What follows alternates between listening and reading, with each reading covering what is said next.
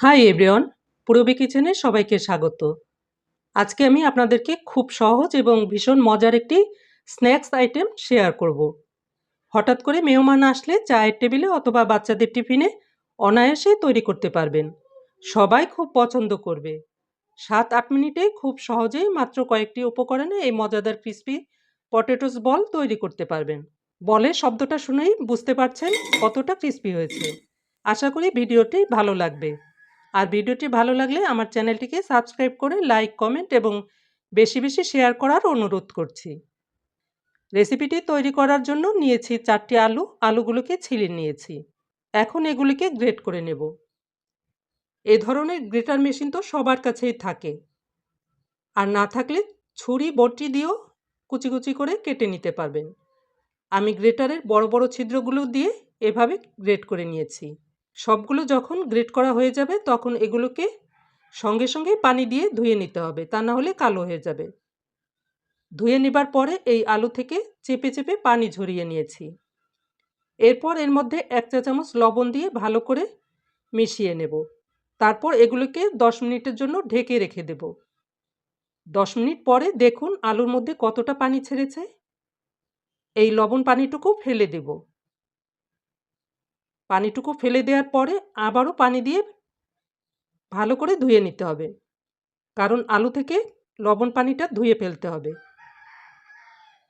এরপর এই আলু থেকে আবারও পানিটা ভালো করে চেপে চেপে বের করে নেব। পানিটা বের করার পরে এর মধ্যে কিছু উপকরণ দিব, যেমন প্রথমে 3 টেবিল চামচ কর্নফ্লাওয়ার দিব, পরে যদি প্রয়োজন হয় আরও 1 টেবিল চামচ দিব। এরপর দিয়েছি ম্যাগি মশলা 1 প্যাকেট। মশলাটা না থাকলে চাট মশলাও দিতে পারেন। দিয়েছি সামান্য লবণ। এখানে লবণটা কিন্তু বুঝে দিতে হবে, কারণ ম্যাগি মশলায় এবং চাট মশলায় দুটোতেই কিন্তু লবণ থাকে। লবণটা একটু কম হলে সমস্যা নেই, কিন্তু বেশি হলে খেতে ভালো লাগবে না, তাই না? এরপর দিয়েছি 1 টেবিল চামচ সাদা তিল। এটা হাতের কাছে না থাকলে না দিলেও হবে। দিয়েছি সামান্য কালো জিরে। এবার সব কিছুকে একসঙ্গে মিশিয়ে মেখে নেব। এর সঙ্গে কিন্তু কোনো এক্সট্রা পানি দেব না। এই আলুর গায়ে যে পানিটুকু লেগে আছে তাতেই হয়ে যাবে। মাখানোর পরে যদি মনে হয় আরও একটু কর্নফ্লাওয়ার লাগবে, তবে আরও 1 টেবিল চামচ কর্নফ্লাওয়ার দিয়ে দেব। এর থেকে বেশি দেব না। আমি মোট 4 টেবিল চামচ কর্নফ্লাওয়ার দিয়েছি। আবারও ভালো করে মেখে নেব। খুব জোরে চটকে মাখার দরকার নেই, তাহলে পানি ছেড়ে দেবে। মাখানোটা কমপ্লিট হলে অল্প অল্প হাতে নিয়ে ছোট ছোট বলের মতো করে আকার করে নেব। ছোট করে তৈরি করলে খুব অল্প সময়ে ভাজাটা করে নেওয়া যাবে। এছাড়া বাচ্চারাও খুব পছন্দ করবে খেতে। আমি অল্প করে তৈরি করেছি, আপনারা বেশি করে তৈরি করলে উপকরণগুলি ডবল করে নেবেন। এখন ভাজার পালা। তার জন্য চুলায় পর্যাপ্ত পরিমাণে তেল গরম করে নেব। চেষ্টা করবেন এ ধরনের ছড়ানো পাত্র নিতে, তাহলে ভাজতে সুবিধা হবে। প্রথমে তেলটা অনেক গরম করা যাবে না, তাহলে বলের উপরে তাড়াতাড়ি কালার এসে যাবে এবং ভিতরে কাঁচা থেকে যাবে।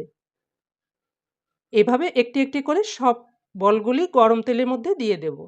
ভাজার সময় চুলার জালটাকে মিডিয়াম এবং লোয়ের মাঝামাঝি রাখতে হবে। আলুর বলগুলি তেলে দেবার সঙ্গে সঙ্গে কিন্তু নাড়ানো যাবে না। অন্তত 2-3 মিনিট এভাবে রেখে অপেক্ষা করব। এভাবে একটি চামচের সাহায্যে তেলটা তুলে তুলেও দিতে পারেন। যখন এক সাইড একটু কালার হয়ে আসবে তখন নেড়েচেড়ে উল্টিয়ে দেব, তা না হলে ভেঙে যেতে পারে। আমি সবগুলিকে উল্টিয়ে দিয়েছি। এভাবে অপর সাইডও ভেজে নেব। যখন সম্পূর্ণ ভাজা হয়ে যাবে তখন বলগুলি একদম হালকা হয়ে যাবে এবং মচমচে হয়ে যাবে।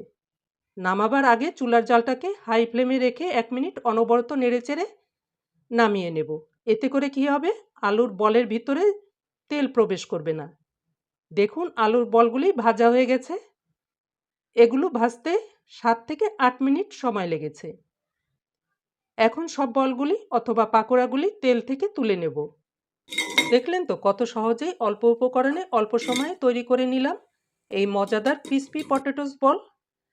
আপনারাও এভাবে তৈরি করে খাবেন এবং এর মজা নেবেন। সবাই ভালো থাকবেন, সুস্থ থাকবেন। Good bye.